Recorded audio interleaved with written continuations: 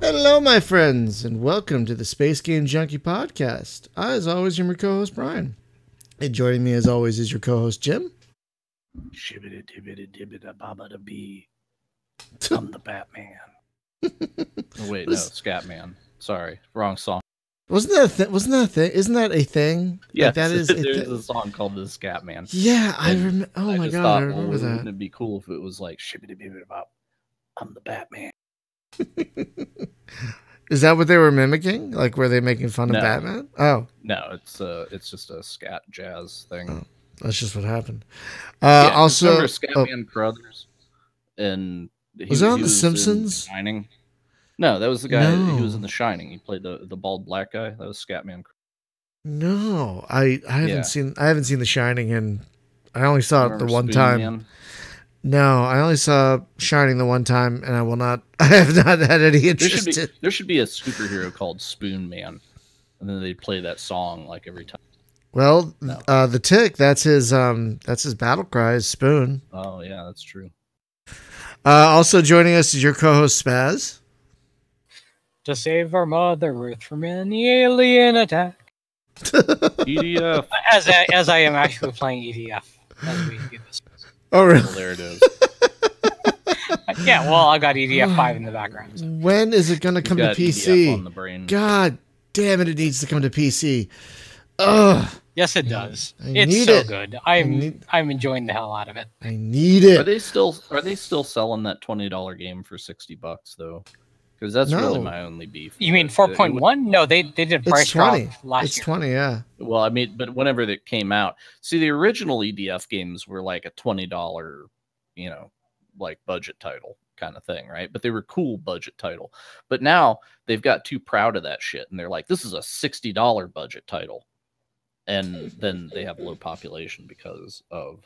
So I'm just thinking, like, if they got back to their roots and actually priced it where it needs to be, then the lobbies would be packed. How much was the PS4 version, Spaz? Oh, I got to check offhand. While Spaz is doing that, folks, we have a guest this week joining us from Vancouver, up in Canada. Jeff. Oh God, is it Nagy? Nagy? Yeah, you got it. Nagy. All right. I should have asked. I said this last week. I should have asked before we started recording. Jeff is the developer of the recently released first-person space combat game Hypergate, which, if you follow the YouTube channel, you saw that I did a series on, I think it was a week ago, and really, really super enjoyed it. So we wanted to bring Jeff on to talk about the game because we were talking about this before this show, but I just wanted to say there aren't enough really good first-person space combat games being made out there right now. I mean, yeah, you got your Free Space 2 and all your mods, and they're all wonderful. I'm just going to say, Jeff, right now, your game is great, but Free Space 2 is still the king of all of this. Just wanted to be on, just wanted to get that out there. Yeah, Jeff, why didn't you make a Free Space mod? I'll put that on the list of things to do, I guess. No. I'm not trying to disparage your game. Just saying that is a very high bar to overcome, and you're up there, man. I mean, folks, if you haven't played Hypergate, it's basically take Free Space 2's 40 mission campaign and condense it into 10 missions. It's like 30, 40 missions. I can't remember offhand. Condense it into like 10, and instead of the campaign being like 20, 30 hours, it's like 3. But it has the same like high points. It's got the same combat, like really fun combat. It's got the same like got a lot of similar set pieces to games that have come before it. So you're getting a condensed experience. You're getting like a similar yet condensed experience. And it's really a lot of fun. So again, thank you for making Jeff, such a fun, a game that just, it's not trying to be anything it isn't. Like, I know we all love the X games and the Evercron games, but those are trading games that just happen to have some combat, Yeah. No, I totally do. Thanks very much, Brian, for saying so. That's exactly what I wanted Hypergate to be, so I really appreciate that, and thanks for having me today. So so let's start at the beginning. When did you start working on Hypergate, and was the impetus that you wanted a game like this and no one was making it, or were you playing something and were like, I can do a better job? Like, how did this get off the ground? Yeah, so that's a really great question. It's a bit of a long story, but I've always watched a lot of like those really cool Star Wars space battles where the scale of these battles, like say in Revenge of the Sith or anything else like that, just the scale of the battle just feels like it's kilometers wide. And I hadn't played any games up to that point, and I'm not a huge gamer, so it's possible that something like there exists, but I just hadn't been exposed to it. But I really wanted to develop a game that sort of brought you into that chaos of that huge battlefield where you felt like you were just one ship among many and just sort of more fighting for your survival rather than trying to win in a certain sense. And so I made numerous attempts when I was younger to make a game of that kind of scale, but I didn't really have the commitment or the technical know-how to do that. But five or 6 years ago, I sat down and I created all the documents. I started writing the story, and I found some folks who were willing to do some voice acting for me. And over the last 5 years, during my part-time, sort of a part-time hobbyist sort of endeavors, I've been working on and eventually finished Hypergate. So that's interesting you bring that up, because there are space sims that there aren't a lot of them that put you into these massive battles. Like Free Space does a good job, and TIE Fighter to an extent. But a lot of space games are like have a smaller box with less in it. Yeah. And you have an objective to win a certain objective. You have destroy these canisters or scan that ship, But yeah, when you mention survival, that's a very good point. There aren't a lot of, usually there's maybe a mission or two where you have to scramble and the carrier has to survive and so do you, blah, blah, blah.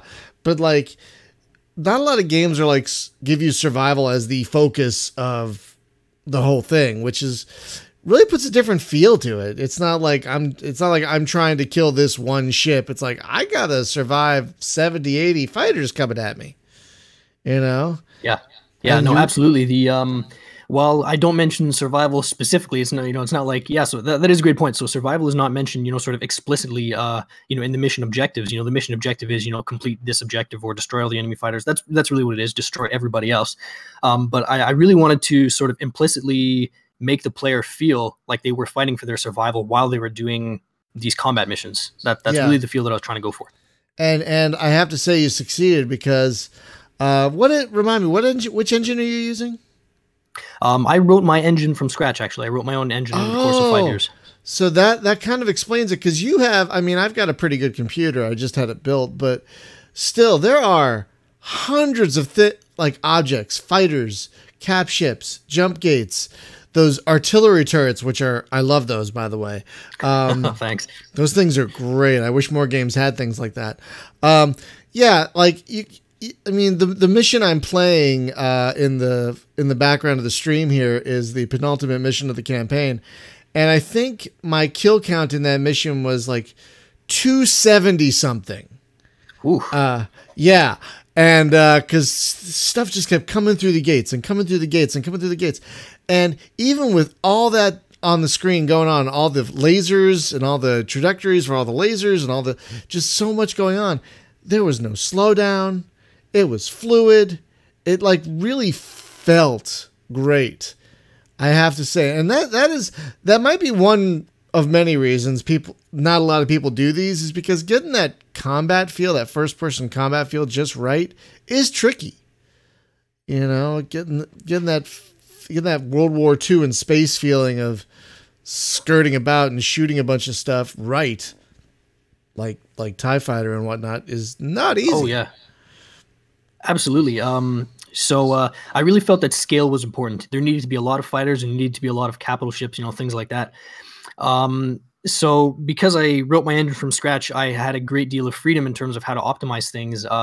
One thing that was also that I initially considered kind of a setback, but it's actually quite advantageous in the long run, is that my laptop is quite old. It's 5 years old. It was new when I started, but now it's old at the conclusion of my development. So I knew that if I could get it running on this 5-year-old laptop at interactive rates, then it would run pretty much for anybody. And that was I wanted to take advantage of that rather than have really, really advanced post-processing effects or things like that. And there are some post-processing effects there, but I calibrated them and tuned them specifically to make sure they would run at interactive rates on this old laptop here so that they could run for practically anybody. I get that, because like I wouldn't call the graphics simple, but they're effective. And one of my favorite things is the explosions. I love the explosions. Oh, thanks. Yeah, I realized that a lot of game design, like textbooks and things like that, they like to talk about, they want the player to feel like a badass. You know, that's really what you know, some players really enjoy. And so I thought, well, you know, explosions, a really cool, satisfying explosion is sort of a really good conclusion to that, you know, 5 or 10 second mini game of you trying to target that fighter just right or whatever it is, or blowing up a couple targets in succession. You know, that it looks good, it feels good. And so I put a lot of effort. I reworked the explosions a ton of times.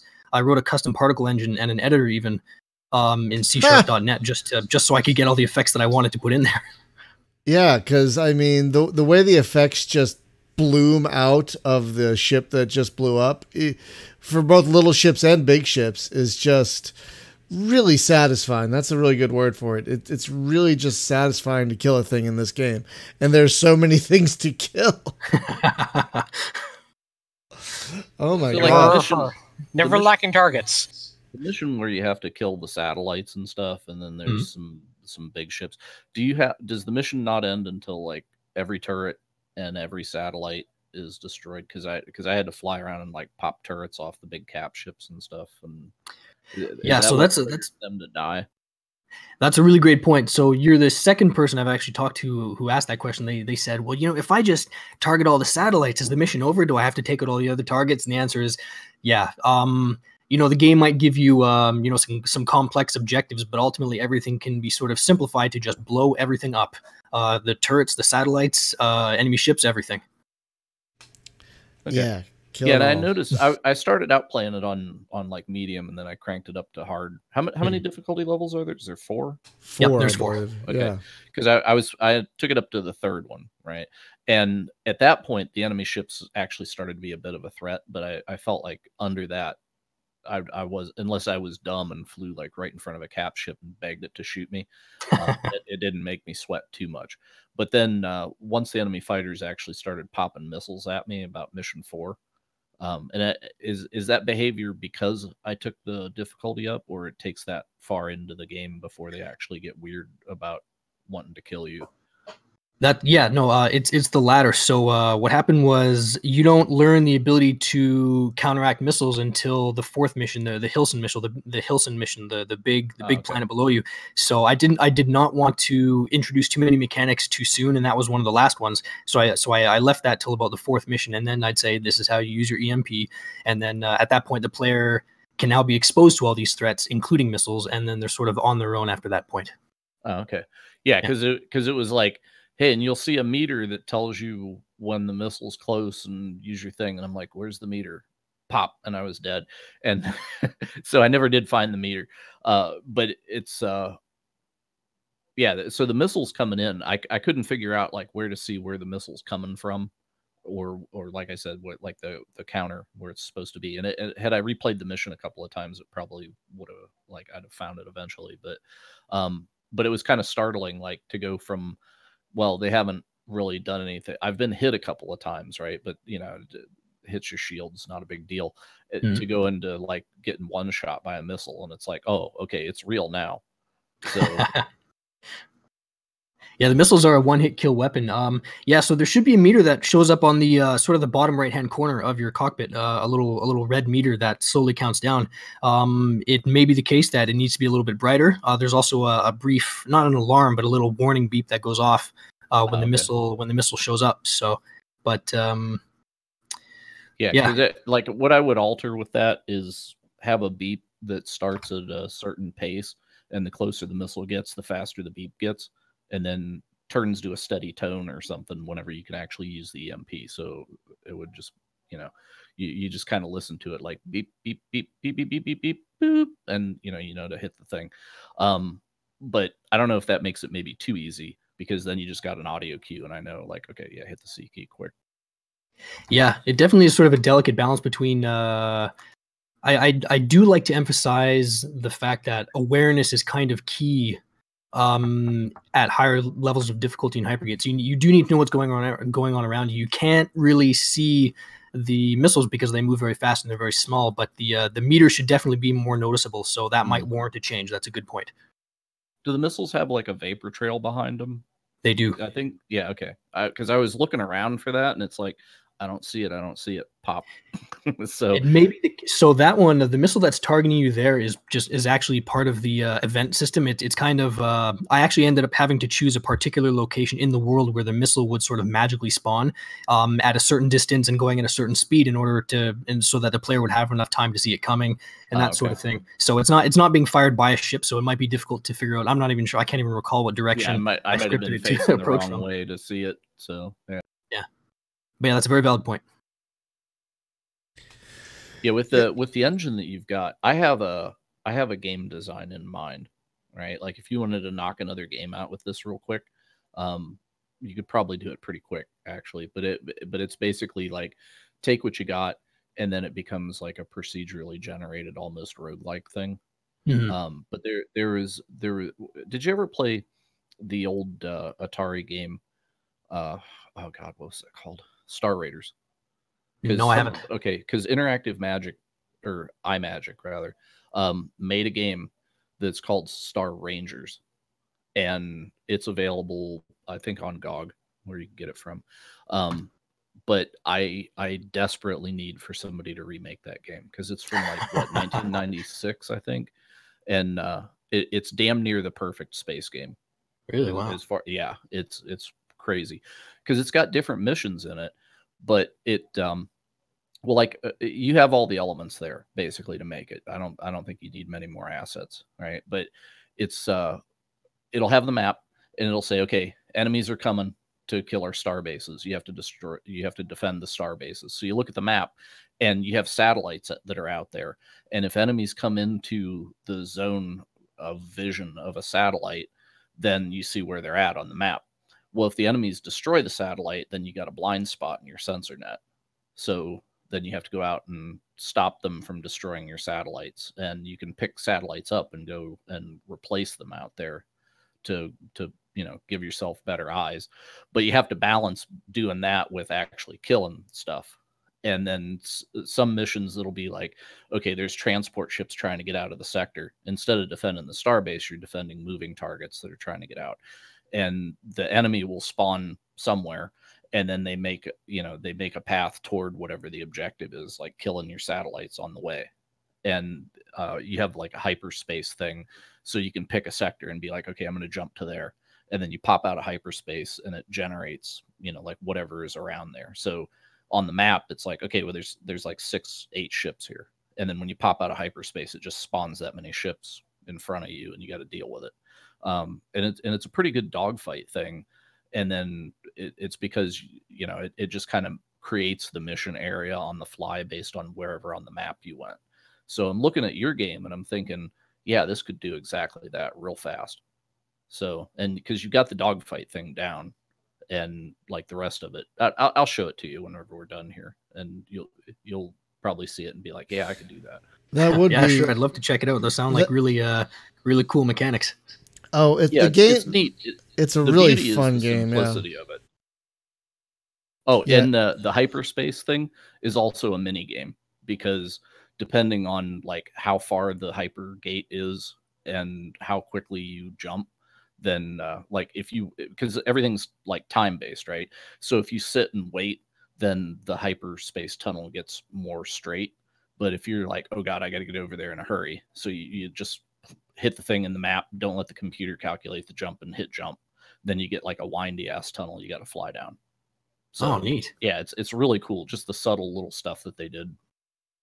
I'll be the first to admit and the first to point out that I really I consider myself more of a programmer / developer than someone who really plays a lot of games. So my space gaming experience is I suppose embarrassingly small. Which is both, I guess, a blessing and a curse, depending on which way you look at it. Well, how did you arrive at making this game then? Like, because usually the people that are making this stuff are the people that played the old school stuff and were like, "Damn it, nobody's doing it. I guess I have." I have played some old school stuff. Probably the best example I can think of is the Star Wraith series. So I was a big fan of Star Wraith 2 and 3 when they first came out, like years ago. Wow. Oh yeah. Yeah, so those are super dated now, but I really enjoyed them. The mechanics were relatively straightforward, and so that some of my inspiration came from there. But I thought, we want bigger space battles, and I received inspiration from a couple of other sci-fi shows and things like that. And the honest truth is that when I see a game that I like, or I see a movie scene in space that I like, I don't think, oh man, I really want to play a game like that. Instead, what I think is, oh man, I really want to make a game like that. Oh, okay. Nice. So like 9 to 5, you're a programmer making not games. Yeah, I'm a PhD student, actually doing robotics. So I do spend a lot of time programming. Oh, so it's going to be your fault whenever they come back in time. Yeah, I get that a lot. So you're making Skynet, basically. It's Skynet with drones. No, I was just hoping you'd be like, actually, sex robots. No, it's kind of interesting. Mostly drones, actually. It's kind of interesting. You say you don't have a lot of space game experience, yet the Star Wraith, that's a deep cut. That is a really, really deep cut. Like you got to be really in the thick of it to know those games. Yeah, but I can see why Sean's game up intrigued him, because whole shit fit on one floppy disk. It generated all of its own textures with an algorithm. Yeah, those games are great for their time for one guy. We need to get Sean on here. Big time. I have asked him, and he's not interested. All right. Do you know where he lives? Because it's really from Jim's basement. I'm not going to say names, but I've asked a few people who I would love to get on this show to come on, and they're like, I don't like the sound of my own voice, or I am not a native English speaker, or something like. Yeah, we can give him a vocoder or something, man. That's good. I'm just Nobody saying, likes the sound of their own voice. That's just the way it is. Oh, I hate my own voice. I can't fucking stand it. Excuse me, forking stand it.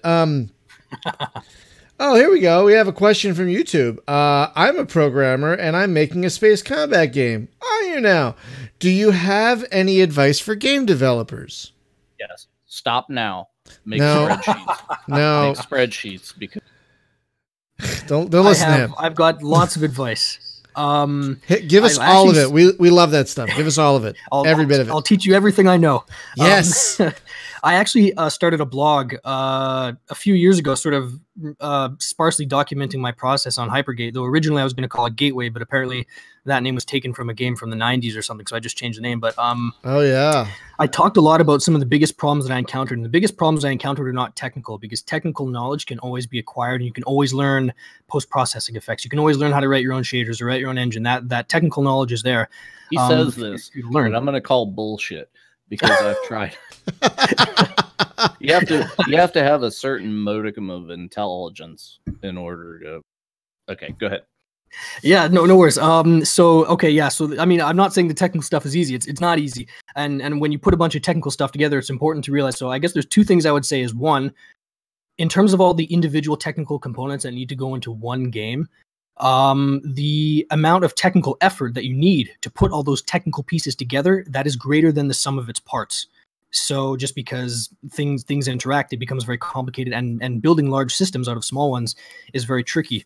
The second piece of advice I would give would be to plan your project out carefully. I've had a lot of failed attempts when I was younger to create something like Hypergate, and they failed simply because of feature creep, of scope creep, because I couldn't come up with a commitment to be able to stick to one project, things like that, especially when you're working on a project, maybe it doesn't go quite right, and you find another project that might seem better, because there's something gets lost in translation. When you have an idea in your head and you try to put it in the computer, fundamentally something gets lost when that happens, and so you need to sort of figure that out. But the way that I overcame that sort of lack of commitment and dedication to big projects was by actually getting into robotics, because robotics and electronics is an extremely expensive hobby. So whenever you order parts, you always have to order duplicates, and things break or they explode or whatever have you. So you have to carefully plan out your projects and really decide, is this worth both my time and my money?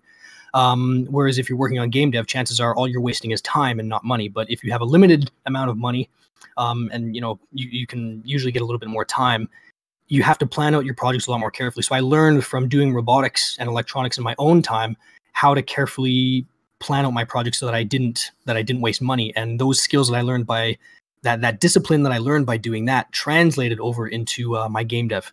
So that would be my 2 pieces of advice there.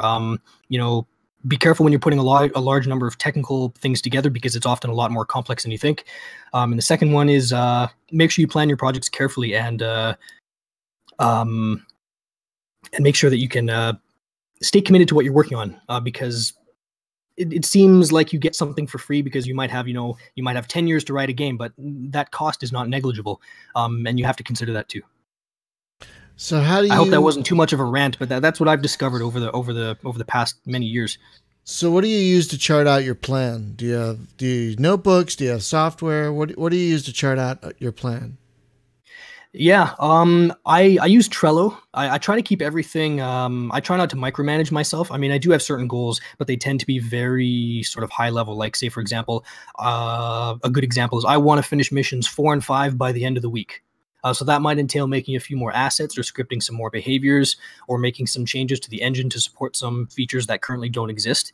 And I'm aware of all these sort of dependencies, and I just sort of list out the high-level requirements, and I work from there. That way I'm not really micromanaging myself, but it's very important to be cognizant of those sort of low-level requirements so that when you are working on something, those high-level goals, you're not sort of caught off guard. But keep those high-level goals reasonable and not too high-level. Otherwise, you will vastly underestimate the amount of time or effort that you have to spend on something. So yeah, I do use Trello just to list the high-level sort of goals that I have, but that's pretty much it. Just like a pretty informal high-level to-do list. By the way, folks, if you haven't used Trello, check it out. It is the best. Like I was waiting on him when you're like, well, so what do you like do all your notes and stuff in? I was waiting on him to be like, oh yeah, it's Vi, right? Wait, what? Like as hardcore as he could go. Like I do it all in Vim, dude. Yeah. Vim? Wait, what is that? What is that? I'm more of a nano guy myself. Oh, okay. Well, there you go. Pico. What is Vim? Right, yeah. What is that? Oh, Vim is the improved version of Vi, which is what is Vi even? Is it like visual interactive something? I'm not sure what it stands for. Anyway, it's okay. It's Notepad in Unix. Oh God. Oh God. Yeah. but it's worse than you can possibly imagine. Oh. Like okay, instead of like control X to cut something, it's actually what is it? KK. I think. It's really bizarre. I never really yanked. Wait a minute. What? Dude, okay. So in order to learn Vi, they actually made like a roguelike game that you play with the text editor commands from Vi so that you can actually gamify learning this text editor because it is such a demon from hell. No. Oh God. Oh no. It is, dude. Oh. But when you log into a system and like where I work at, where I cannot install any software, so it's like, oh shit, Nano's not on the box. Oh no, I gotta go into Vi. Oh no. It's like, shoot me. It's a fast way to learn, though, I guess, if you don't have any other options. Yeah, basically, it's like that's why I got 3 monitors at work, because 2 of them are documentation and one of them is what I'm actually trying to do. So, yeah, but folks, so I want to do like we'll talk about the game, but like the whole second half of the show is going to be about robotics because I got things. Things, okay. I got a lot of robot baggage. We are big robots. And I'm not talking about like Pacific Rim shit either. Although, hey, if you want to talk about giant robots, I'm down.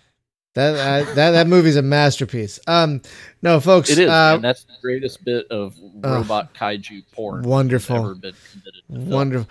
The second one wasn't so bad. I was going in I went in with real low expectations, and I was very pleasantly surprised. Yeah. I'm gonna express a very unpopular opinion. I watched the new Predator movie. It was kind of good. Whoa! It was kind of good. Whoa! I did not believe it. I went in. Wow! And like, I watched Stink Fest. I've heard nothing but bad, and I was like, it's actually kind of good. All right. So we'll just leave it at that. Anyway, everybody listening at home, you can play the home game. Just go rent it, and just go in with low expectations. Yeah, like low expectations. Real if you think it's bad, come fight me. Like I finally saw Solo with really low expectations, still couldn't roll my eyes hard enough at every piece of winky fan wank that they put in that movie. Jesus. But you know what? It's still the best I only watched it with the Disney's riff made. tracks. Oh, there's a riff far, tracks? that Wait, movie is- there's a riff tracks? There is a solo riff tracks, and it is good. It is Okay, a good. I'm gonna tell you what. riff, When Han said when Lando said I hate you and Han said I know, my wife got actually mad. She like almost threw something at the television. That's how indignant we were at this movie. I could just imagine her in the theater if she just we're so glad. Like, God damn it! We're so glad we're fling a lightsaber at the. Yeah, we're so like, glad we throw the didn't whole see it bucket at of the popcorn theater. at the screen. So glad we didn't see it in the theater. Oh my god. It was a friend of mine I think put it best. It's a fun episode of Firefly. I think that's the best way to look at Solo. Because it takes so much. But it's not like they robbed a train. Oh shit. They did. Oh my god, they did. Oh jeez. Anyway, hi folks. Trello. It's amazing. If you haven't used it and you do any kind of to-dos, it is really the best. I use it for pretty much every facet of a Space Game Junkie, from podcasts to weekly videos to planning to calendars to everything. It's amazing. It's free. You know, I wonder is there a podcast about Vi? It'd be like, welcome to the ViCast. I'm your host. If there isn't, about text editors. if there isn't, you should make it and do it, because there are a lot of text editors out there and a lot of good ones. Like, I don't know if you know Sublime Text. That's probably my favorite. Oh yeah, that's my go-to. Actually, Yeah, love that one. So Vi is actually the opposite of Sublime Text. Oh no, That's the best way to describe it. Like everything that you want to do, you have to pay in blood. Oh, Yeah, that's terrible. Anyway, back to Hypergate. I told you there'd be tangents. It happens. No, I'm down with. Oh wait, the tangents start in hour 2. Yeah, that's the tangent hour. That's the that's what we call tangent time. No. And then in hour 27. That's when the real shit hits the fan. We could save it all up for Thursday night and just call it Thursday Night Tangents. Thursday tangents. That Be like wouldn't be Tuesday bad. Night Titans, but less wrestling. Far less wrestling. So right now this game has 10 missions in its campaign, and the campaign lasts about 3 hours. Is that so because the way you ended it, and I don't want to be too spoilery, but the way you ended it totally left the door open for more. Was that intentional, or is it completely self-contained at this point? No, it is totally intentional. I do not Yes. think the story of the NIA is over. And I think good. there's I've got a long document of other things that I would like to try, so I would definitely Ooh. like to release late this year or before this year is out. Probably around an additional 10 missions that explore sort of the next chapter of humanity trying to survive in the face of this threat that they really do not understand. Very nice. Very, very nice. Because the way it ended, it was like, oh god, this is like you could drive a Mack truck through this door he left open to for more stuff, which I was fine with. I'm like, I want more, So I thought that was great. But you still, even if this is the only 10 missions you got, you still told a really good story. And I gotta say, you said you got voice actor friends to help you earlier. The voice acting here was, especially for an indie project, really good. Like, how many voice actors did you have? I'd have to flip through the credits menu to check that out, but I think it's probably around the order of about a dozen. So I had some friends, that were pretty outgoing, and pretty brave. And I said, hey, how would you guys like to do this? This, and keep in mind, this was about 4 or 5 years ago, just when I'd finished writing the script, which is about 16 pages long. And I said, hey, how would you guys like to come together and we could all have a fun, couple afternoons of recording? And I grabbed my recorder. We went into a room in one of the labs at my old university, and I said, okay, I can't really promise you guys much, but I'll give you guys a free copy of the game if I ever finish it, and then I'll take you guys out for coffee.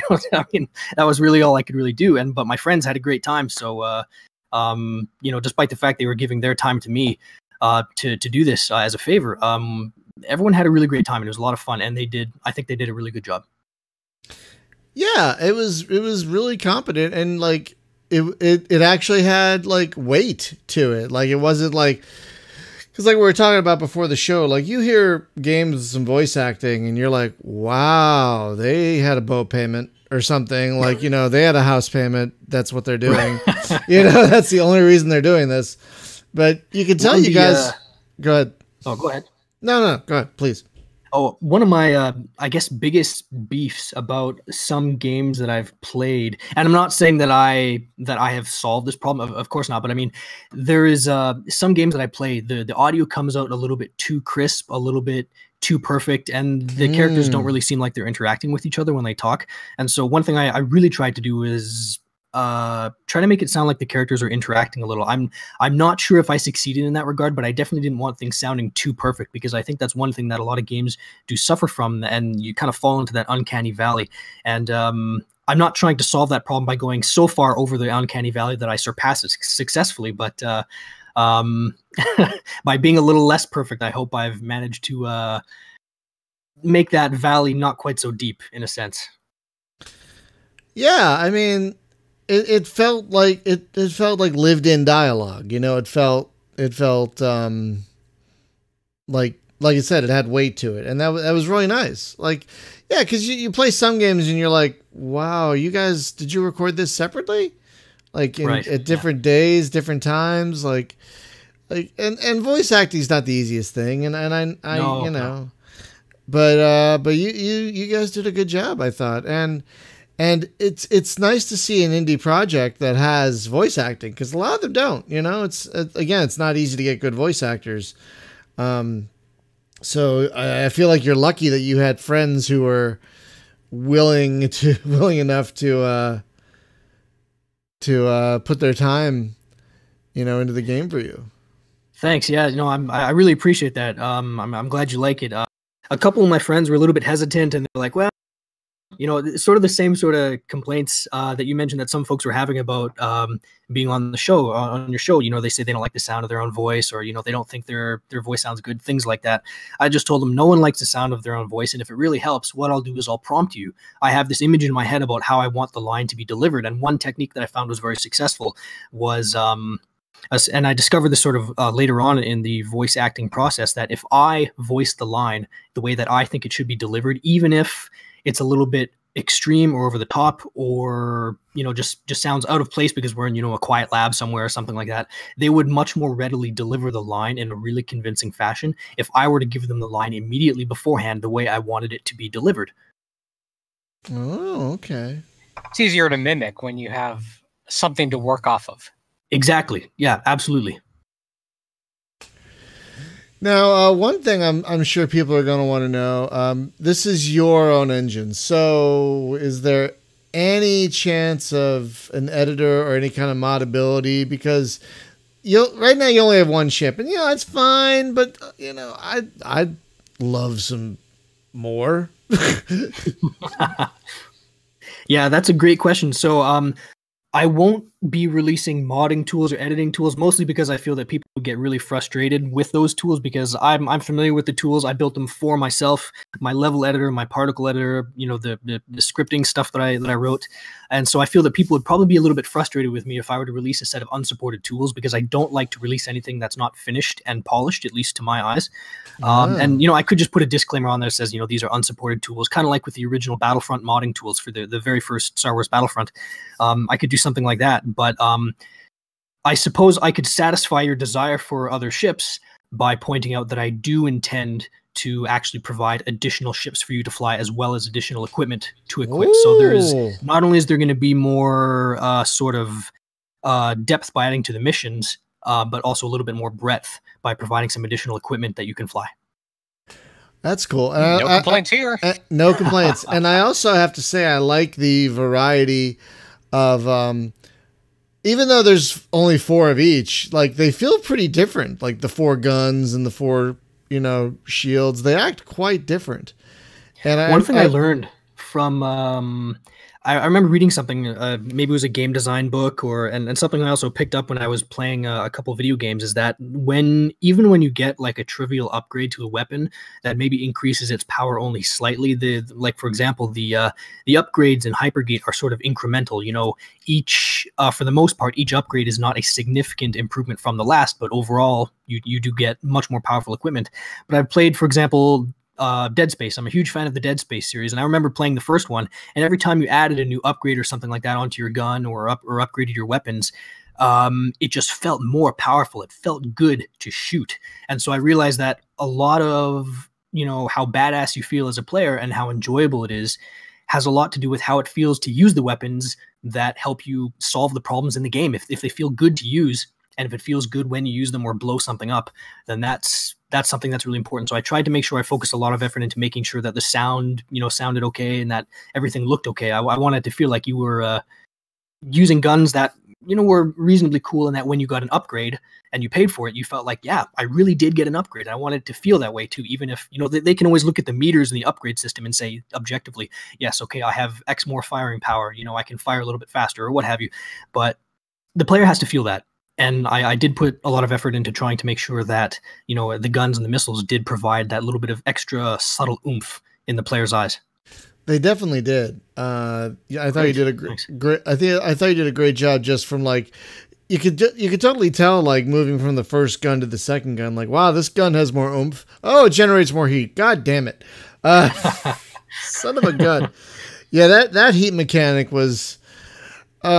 Folks, if you're unaware, the game has a heat mechanic, so you can't, like, a lot of games do this where, like, you can't shoot all the time. Your gun's gonna overheat, you know, or you're gonna. I like what you do though. Your gun doesn't actually overheat, but you start taking power from your shields. I like that. Absolutely. So the inspiration for that was sort of partly based on, I think it was. I'm trying to remember the game. It was one of the Mech Warrior games. I think it was Mech Warrior 2. I haven't played any of the other ones, but I remember playing Mech Warrior 2 a long time ago, and I think this game was old probably when I played it. But when I robot picked up guy, and you have not been keeping up with Mech Warrior. Yeah, I played Mech Warrior 4 once or twice, I think, but yeah, I tend to like really old games. We can talk more about that actually, because I'm still a big fan of the original Star Wars Battlefront, and I play that all the time. But in Mech Warrior 2, they had this really interesting thing where if your mech overheats from firing your guns too fast, your mech goes into like this thermal shutdown, and you have to start your mech up again, so you have to be really careful not to overheat. Yes. I felt that was a pretty harsh penalty to impose on the players. You know, you're drifting in space and suddenly your spaceship shuts down. I was like, okay, that doesn't really make much sense. But I had to provide a disincentive for overheating, and that was, if you begin to overheat, it sucks power from your shields. And so you can get away with overheating for a short period of time if you really want to fire your guns and boost really quickly. But if you do it too much, you will pay for it. Yeah, so one of the older podcasts, I'll have to figure out what number it was, but it's the one where we had the guys from Impeller Studios on, and that's Jack Mames from Mech Warrior 2 and David Westman that made TIE Fighter. They're together making a space game right now, and yeah, having those two powerhouses in the room was something. Yeah, I'll bet. Wow. Yeah. So you play Star Wars Battlefront a lot, you said. Is that people are still playing that? I have no idea if they're playing it online, but I like to make mods for it just to play around with some really weird things, you know, just like ridiculously over-the-top weapons or things like that. And I don't play it that much anymore, but it's definitely up there in some of my top favorite games to play, just because the modding tools are they're okay. But I remember, again, the game was old and it was discounted when I bought it, but something about old games seems very sincere in a way that some newer games don't. I'm having trouble quantifying that, but it does seem true, at least in a way to me. I totally agree. Like, I feel like the 90s especially were just such a golden age of game design and development. And absolutely, yeah. Even though we have so many games now, I don't think quality-wise we have matched the stuff that came out in the 90s. To be honest, you came late to the party on Mech Warrior 2, though. You didn't get to experience the glory that was NetMech. No, I guess not. Yeah, they figured out how to get Mech Warrior 2 to play multiplayer online, Oh, the lag was real. Like, you had to shoot about an inch in front of the other guy. It was pretty bad. Wow. It was pretty bad. Like that, and like X-Wing versus TIE Fighter especially were like really ahead of their time.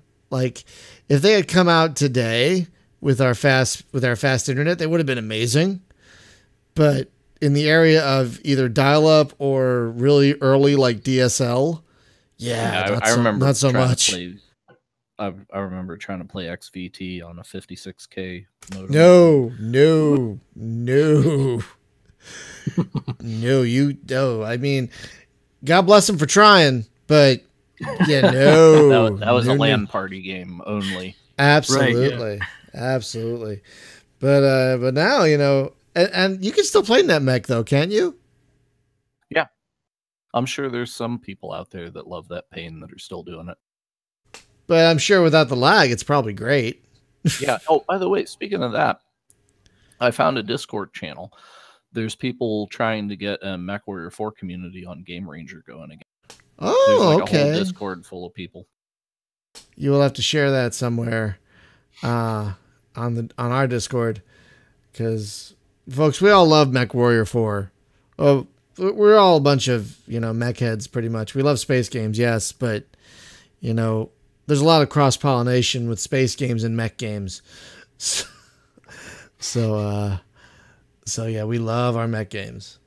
I just wish someone would make a Mission Force Cyberstorm reboot, or just a HD version. That's really all I want. in all this world. That is really all I want. Battletech came pretty close though. Pretty close.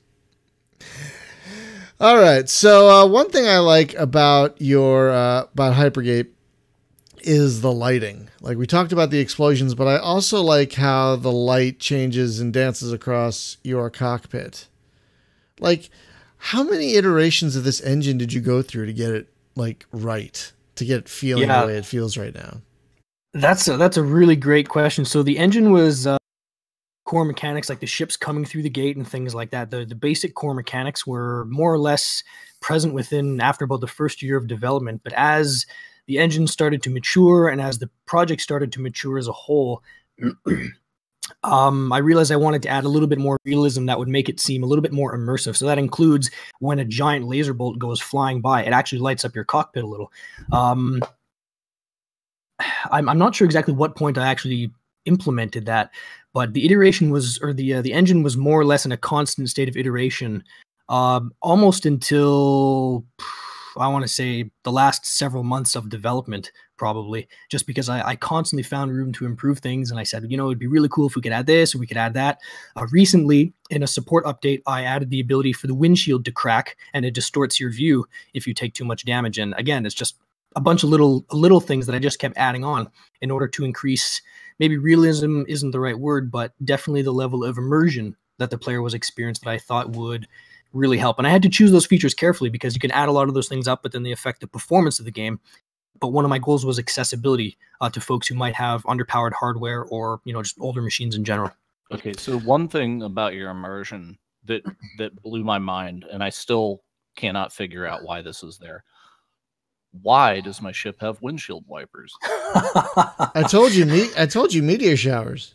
Oh, okay. Because I figured maybe I like flew through some space bugs or something and had. No, that's a really great question. That was kind of a tongue-in-cheek response of mine to some feedback that I had received that indicated that the cockpit was too static. So, so what I did is I added a moving joystick, I added a cracking windshield effect, and then just because I couldn't really help myself, I added windshield wipers. That way, when people complained the cockpit was too static, I could say, "What are you talking about? You press the Q key on your keyboard, and the windshield wipers go by." Yeah. In fact, you could do that one better by putting like a little plastic hula girl up there. And that would... I thought about something dancing on the cockpit or something like that, like on the dashboard or something. But I decided to go with windshield wipers. Yeah, that would have been good. Oh man, yeah. Speaking of accessibility, the three of us have apparently played this game with different controls. Spaz, you used the controller. I did indeed. Jim, you used the mouse and keyboard, and I used my trusty Microsoft Sidewinder Force Feedback 2 joystick. And I apparently, even with these different controls, the game played pretty well. Like, how much testing did you do? Because the controls are one of the most important part, like the feeling, the feeling of the controls, the feeling of the flight.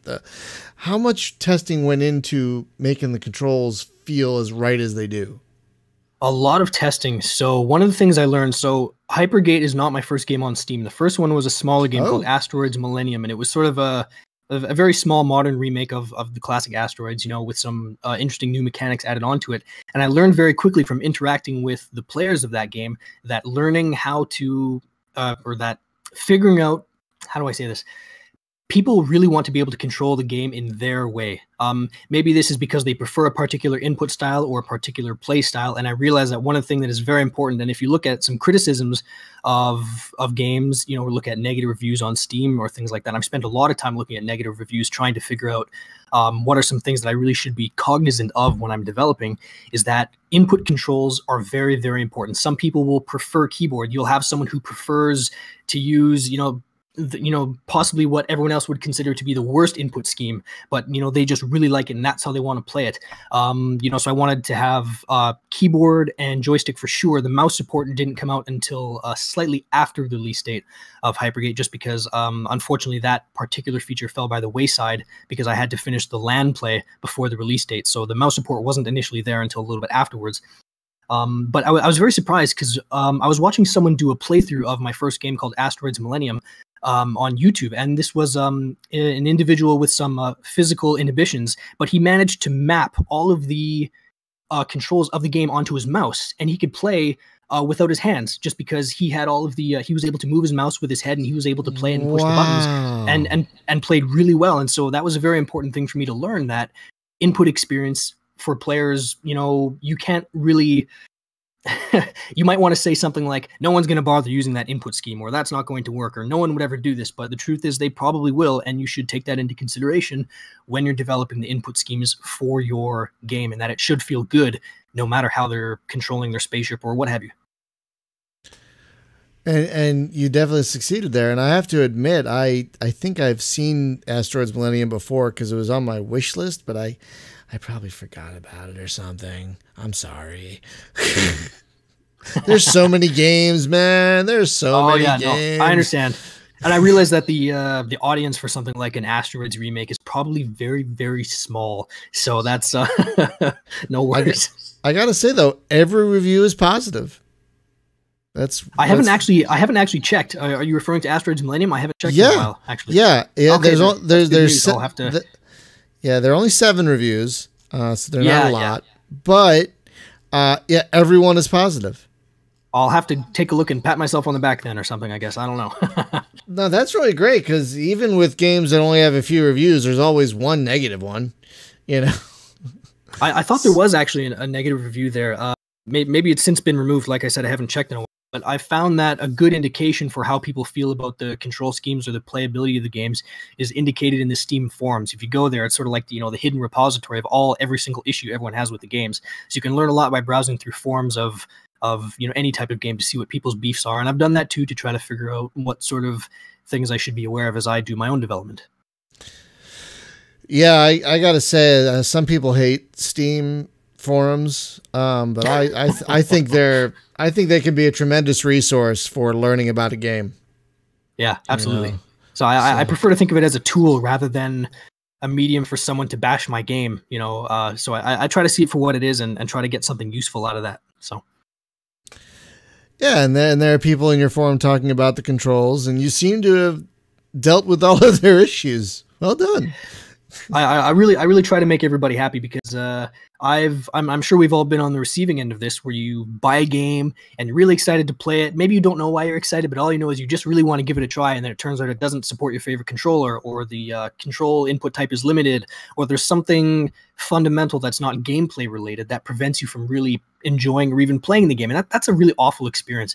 And I'm sure that some games get really awful, just impulse negative reviews because of that. And, I suppose that can't really be helped, but the best thing you can do is, listen to the players who buy your game, because they have their preferences and they're fully justified in them, and, try to help them out, and just, be friendly and show them that you care, when I'm developing Hypergate and I was working on it, and when I coming up with my ideas now, I'm building a world for these players to enjoy. And I can't really justify not letting someone enjoy the world they should be, just because I was too lazy to not implement a particular control scheme or some sort of preference that would allow them to experience the world as I intend them to experience. Do you know what I'm saying? Oh, that's wonderful. No, that's absolutely as it should be. That is great. You brought up this problem where you got a game and you're excited to try it.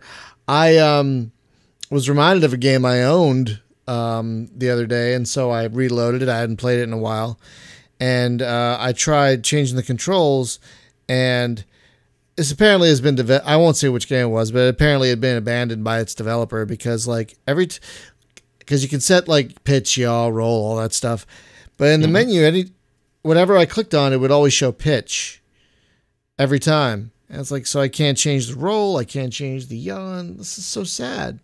I want to play this right.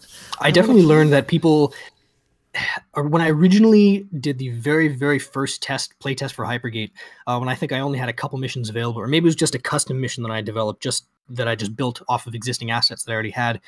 What happened was I designed the game to be played very much like an airplane. So you actually could only pitch up so high, you couldn't flip over and things like that. So people became very confused by that mechanic. So I gave them a little bit more motion. And then when I released the game, people were saying, well, we want more free roll. We want to be able to do all these other extra things and turn off the auto leveling, which is a totally valid point.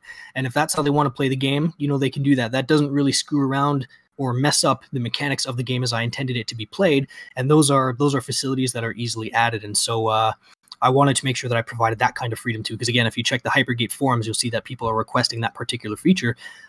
So I put it in there because it's compatible with the game, the way it's meant to be experienced, and why not? So, was that hard to implement, or because it's your own engine, it wasn't really difficult at all to implement?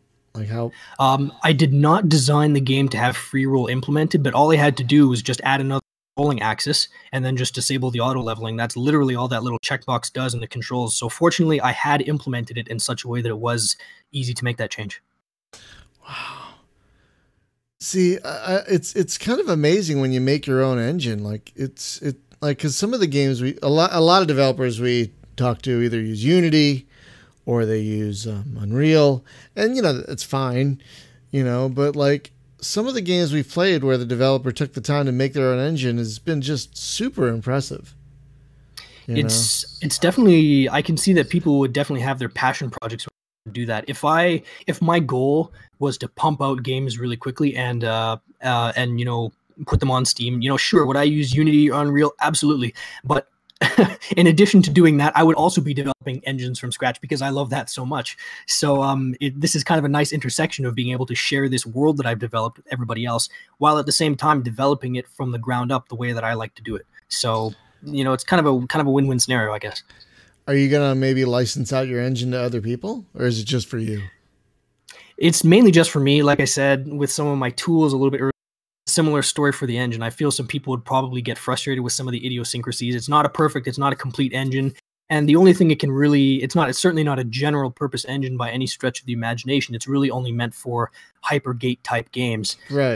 So to be honest, I can't imagine that the level of interest in it would be super high. If it turns out that there is, it's something I might consider, but no one's really brought it up till now.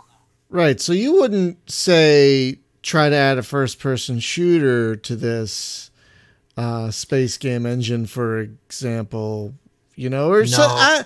Add something that doesn't belong in the engine, like some other games have been, like some other games have been doing.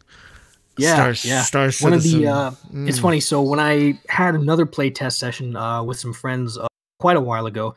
The game was single player at this time, and so there was no LAN functionality whatsoever. And they're like, you know what, Jeff, if you're going to release this, there's really no excuse for not having multiplayer or LAN or something where people can play together, because this is the right kind of game to do that with. And I kind of hemmed and I hawed, but I realized that, they're probably right as usual.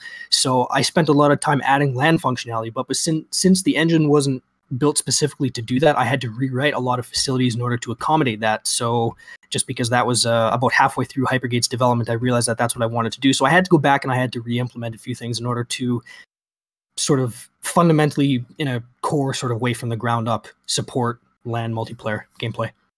And that was a little bit tough, but you know, I learned my lesson. So when I work on another project in the future, now I sort of know what I'm doing.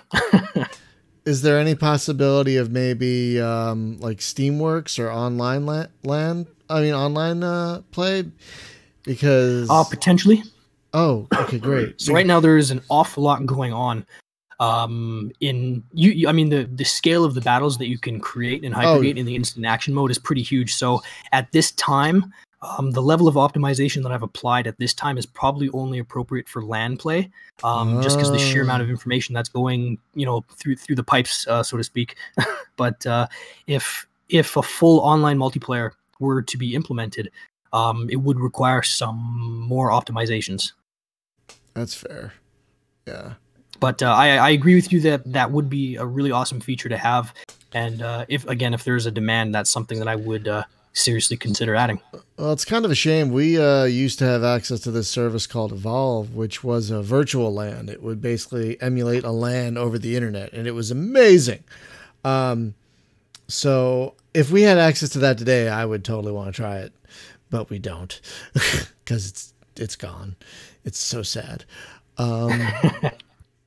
But I would love to try this multiplayer, but I don't have a friend with a LAN over here. Does it do split screen, like single machine multiplayer? No, it doesn't. Oh, that might be something to think about adding then.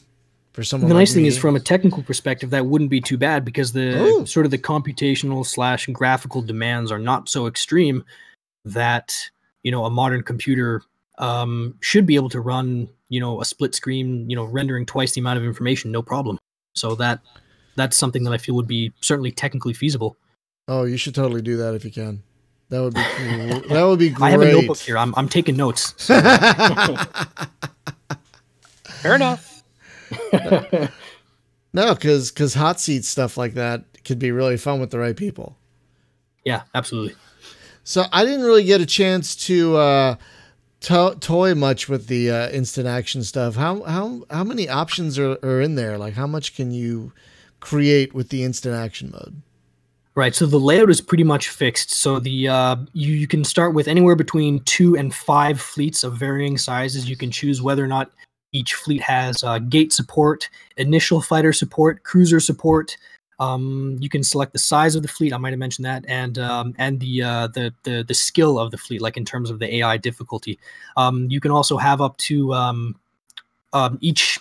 You can set your team colors, your team colors that you play on, sort of arbitrarily. So you can have very small battles. You can have huge ones that'll probably take you an hour to get through. And is it all just shoot everything, or are there different modes like capture the flag or whatever? I don't know. I'm just pulling crap out my butt, but. You know, no, that's a great question. Currently, it's just shoot everything up. You can keep, the nice thing is you can actually keep respawning while you have cruisers and gates available. So unlike the missions which restart, you can die as many times as you like in the instant action as long as you have reinforcements available. So you can keep doling out the damage and don't have to worry about dying and suddenly everything resetting. And does that eat away at your reinforcement pool, or is it just an infinite pool? No, it doesn't. So you can respawn as many times as you want, but you will accumulate the stats for the game are tracked. So it tracks your number of kills and it tracks your number of deaths. But I definitely didn't want to penalize the player for dying in this insanely huge space battle. And also, in terms of, since you can also play instant action over LAN, I definitely didn't want to have players, through some freak accident end up dying and, totally running out of lives, for example, in the first 10 minutes of the battle when there's still 50 minutes left to go. And then suddenly there are just people sitting at their keyboards. So, just waiting for the game to end. So I definitely thought it would be better just to allow unlimited respawn and you can just sort of keep playing until your brains is out of your ears. Oh man, it's such a shame we don't have a virtual LAN thing anymore. I mean, I guess we could try Hamachi, but can't stand Hamachi. It's just not user friendly at all. But yeah, I sadly didn't get a chance to try the instant action because I only had so much time in the campaign. I have to say, the campaign for how long it is, it's kind of like a movie. It's like 2.5 hours. And it really gets a lot done. It's really efficient storytelling. That's kind of what I was going for. So the original script that I wrote had a couple of missions that I ended up taking out because I felt they were really, really repetitive or too similar to the existing missions. For example, the one with the one of the ones near the middle point where that commander goes rogue with that fleet. That sort of changed things up for me. That was actually a late addition. Initially, I think there was another Marauder attack that you were going to repel, but I wrote that out because I said, this is too repetitive. They've done this before. Let's do something more interesting. Hey, wait a second. What's an enemy we've never played against? Ourselves. So I made this fleet defect, and then you get to fight against this really powerful fleet, actually, just because you're fighting against the same technology that you use, and it provided a unique challenge. So there were some additions and changes to the script a little bit further on in the development process that deviated from the original script, but I definitely wanted to make sure that things were... I wanted to avoid having sort of filler, if you want to look at it that way. So I tried to make sure that everything told a story, even if it was just a little bit of story or a little bit of something interesting happening in every mission. No, I appreciate that. It reminds me of like a British TV show, like how like a British TV show is anywhere from 6 to 10, sometimes 12 episodes, 13 episodes, but because they have fewer episodes, they're very tight. Right. There's not a lot of filler. There's not a lot of guff. It's just exactly what depends on the show, I guess. Because this latest season of Doctor Who, wow. Sorry, go ahead. No, that's quite right. And I seem to have forgotten what I was going to say. Oh, when I was developing the missions, deciding how long the campaign would be, how long it would be was kind of a tough decision, just because it kind of goes back to our previous discussion that, yes, I had the time, technically, if you want to think about it, to write 30 missions instead of 10, but you and I would not be having this conversation if that were the case, because I would still be implementing them and building art assets and rendering planets and stuff like that. And so we wouldn't be having this conversation right now. So, and this again ties back into other elements of our previous conversation, which is you got to set reasonable goals for yourself. So I picked a goal for the campaign that I felt was reasonable and doable with the resources and the voice acting talent that I had at hand. And just realized that if I wanted to add more, I could leave the door open to add additional content. But this was a really good sort of goal in terms of making a self-contained game that would, be playable in a reasonable amount of time. And I gotta say, as someone who has a limited amount of time, it was actually really nice, because I rarely finish games. Like, very rarely I finish anything. So it was actually kind of nice to finish something that was so efficiently told. Like, I think the game I finished before this was probably Titanfall 2. It's just been that long.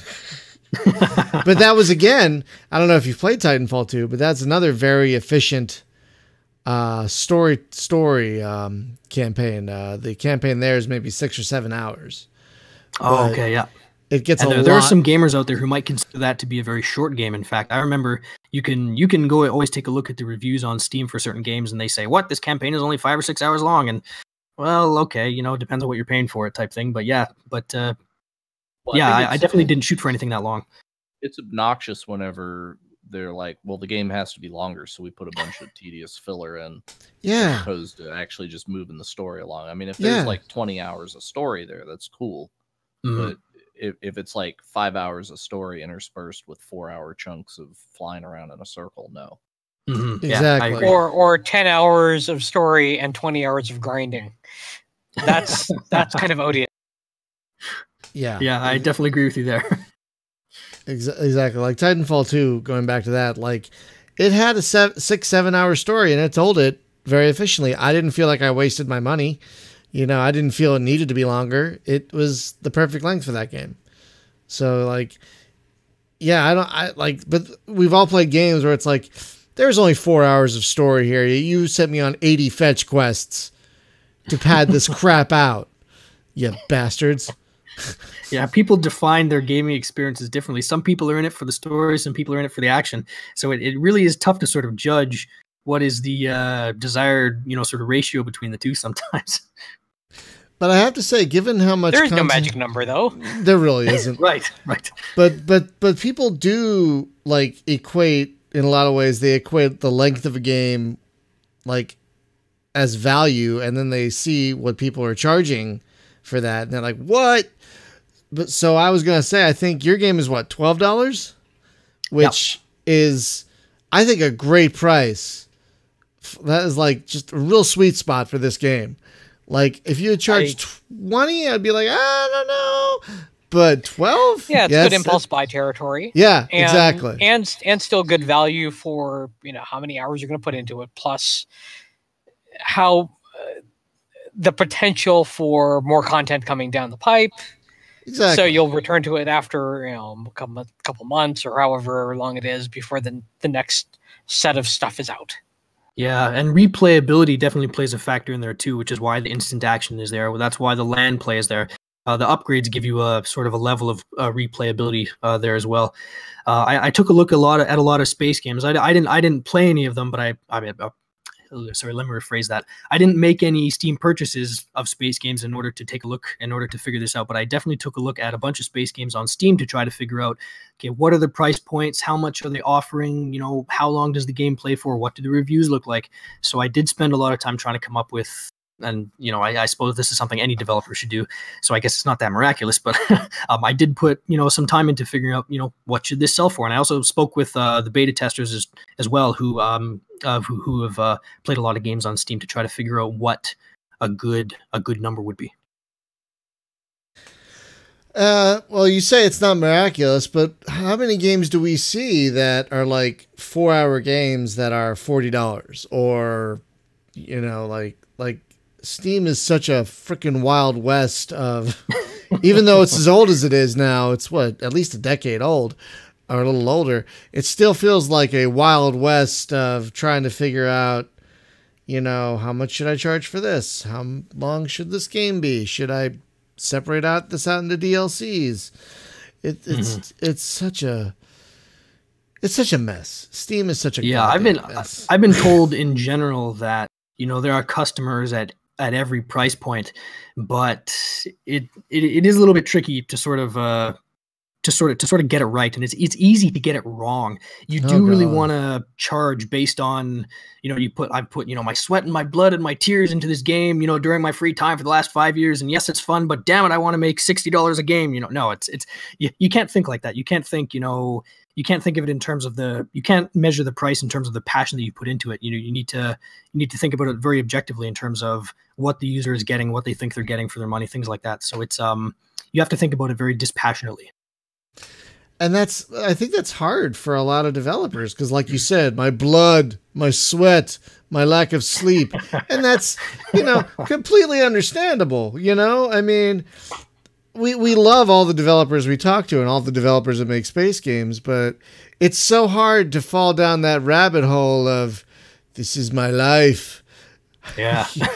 And it's kind of strange. I was just going to mention, it was kind of strange that there are some people who will look at a game, and if it's under $10, they might say, oh, that looks like a 30-hour game. It's under $10. What's wrong with it? Why is it being priced so low? And you can't please everybody. And in some cases, you can't please them at all, just because no matter what you price it at, they're going to either find something wrong with the price. Oh, this is too much, I'm going to wait for a sale. Or it's too cheap, I don't think it's valuable. Yeah, absolutely. So you kind of got to balance it between taking your work seriously, or how do I say, between, you need to think very dispassionately about it, but you also need to take your project seriously enough to, give it a reasonable price and really sort of objectively figure out what it's worth. And that is a real challenge. Yeah, I agree with you 100%. Spaz, I'm going to be honest with you. I do that. I'll be looking at Steam games. I'm like, that's $1. It's got to be an asset flip. Or that's 79 cents. It's a mobile port. Why would I want to spend 99 cents on a game? But if you see something that's like $6.99, oh, what is this? This has some value somewhere. $8.99, really? It makes no sense when you think about it. It makes no sense. But I do that every day. Every day I look at the newly released lists on what is Steam and on Steam itself. I'm like, crap, 99 cents, crap, 99 cents, crap. $7.99. What is this? And unless you have a recommendation from someone you trust, you're going to pass over that game and completely miss it because you just impulse thinking, well, okay, that can't be worth it. That can't be worth it, what they're asking for. Mm-hmm. Yeah. Yeah, it's a really weird time to be a gamer. It's a great time, but it's a weird time. And how do you find it on your end as a developer? I mean, you're doing this part-time, so thankfully your livelihood is not completely tied up in this. No, this is very much just a part-time hobby for fun. I just enjoy doing it. Yeah, I sometimes worry about people who do try and jump into this full-time, like, that's okay. Good luck with that. Because it's terrifying, well, I'm sure. I can't speak for them, but my goal is to get into academia. So I have other plans, if Hypergate doesn't make $1 billion. So that's interesting. There's only 30,000 games on Steam. What's the competition about? Yeah, and I think half of them came out last year. So within the last 2 years. Yeah, but like the end of this years. Yeah, the end of this year, there'll be 40,000 games on Steam because there's like 100 or so every freaking day. But it's interesting. I don't think we've talked to either many people or anyone where game development is not their final, not their final calling, not the final thing they want to do. That's like just about, I think every developer we talk to, like, that's it. That's what they want to do. Like, that's the goal. But that's not your goal. No, I did consider getting into game dev many years ago, probably about halfway through my undergrad. But I thought about it a lot, and I had a lot of discussions with a lot of people, and just based on my interests in teaching and research, both of which I've done now at this point, and I realized that being a prof, getting into academia would probably be something I would really, really enjoy because I enjoy all the parts that make up that particular career. So that would be a lot of fun, I think, for me. But game dev is and always will be, just a really passionate hobby of mine. That is how I prefer to spend my free time. I mean, don't get me wrong. I watch TVs, I play games, and stuff like that. But 90% of the time when I have some free time, it's like, great, I can work on an exciting project now. I can build another game or add content to my existing ones, things like that. And so that's just something I really love doing on the side. So you could kind of gamify the academia, though, right? Like you build robot games. We've made a lot of jokes about that, about grad students avoiding their professors and things like that, and how we gamify that. That's come up a lot in the lab where I work. Well, it's like, have you ever played like C robots? No, I haven't. Oh, okay. Write that one down. Yeah. So you need to look for that. It's robot programming with C. So it's a way, like teach yourself C, and you make little robots that run around. And there was an old game that Origin made back in the 90s, and it was called Omega, and it was a robot tank game. So you would write a program for you, because you would start with simple parts, right? And then you write a program for a tank. So it's like sweep the sensor, 360 degrees, and did you detect a target? Yeah. If so, take the angle of the target, turn to face that way, shoot the gun, kind of thing. I've seen similar things that were like a drag and drop type interface. There's I think it's one of the universities in Brisbane. They have this really, really huge display. I forget the name of the university, and I feel bad because I shouldn't, because one of my colleagues went there, but it just escapes me at the moment. But they have this huge sort of 2 TV screens that cover an entire like 2-story wall, and down at the bottom there are these touchscreen interfaces where you do something very similar, where you drag and drop all the different commands for the robots, and they all work interactively on these big screens in this big simulated space to clean up trash. It's a really interesting sort of thing. So I've definitely seen something similar to that. So I think I can envision what you're describing. Okay, yeah. So there's a market for this sort of thing. Like, have you? Okay, so you like old games, right? XCOM. Have you played it? Yeah. I haven't played XCOM. No. Okay, so XCOM was human soldiers versus aliens. It's a turn-based tactical thing. It's basically, think like SWAT team versus aliens that jumped out of a UFO. So Cool. you have to hunt the aliens down in the dark at the farm, right, and capture their UFO and stuff. It gets a lot weirder and deeper than that, but that's like the early levels, right? You're just running around chasing little gray dudes with big heads that shoot at you. But I see a window of opportunity for, like, well, what if that was programmable, right? Where you would actually, you'd have to, okay, I have to program. It's like, let's play chess, but I have to program my chess pieces 3 moves ahead. Like, there's some board games like that, I think. Yeah, there's what's the one board game, Spaz, that's it's the robot programming thing. You've talked about it before. The name escapes me, but I know we've talked about it. There's a more modern one though, called Colt Express, which uses cards, some of which are placed face up or face down in order to program all the moves for the round by all the players. And depending on what phase of the turn you're in, you may have to place your card face up or face down. And then at the end of the round, all of those moves happen in reverse sequence. So you might say, oh, I'm going to move myself to the right and then shoot to the left. But there may not be anyone there by the time your turn comes up to shoot. Yeah. It's programming, but it's programming against other players, and then their own moves also come into the chaos of it all. Yeah. So I've just thought, there's not a lot of programming kind of titles that, and a lot of it, yes, it's turned to drag and drop, but is that what we really want to teach kids, or do we want to actually have them write a script that gets executed and it's like, my script fights your script, and let's throw them in an arena? And the multiplayer of that just works because I upload my script, you upload yours, they get run on the same computer, it's all hands off anyway, and then we find out who wins and we get to watch the replay kind of thing. So I can see that as a competitive. Other thing about robotics, because there are actually a couple of robotics games that are on Steam that also involve the physicality of robots. So it's I forget what it's called, but it's actually like by the time you get into it, you're playing with sensors and like NAND gates and stuff on a breadboard, and and it's like, oh yeah, okay, this is like when I went to college, and many eons ago, where you're actually doing logic with circuit boards and trying to program a robot. And that, like, the simple robot that they start you with is, it's got 2 sensors and it'll detect a black line, right? So you put one sensor on either side of a line, and it's got, it's basically a robot car, right? It's a turtle.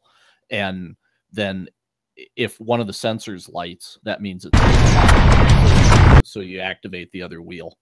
And, so you can make a little mouse that'll follow a line that you draw, kind of thing.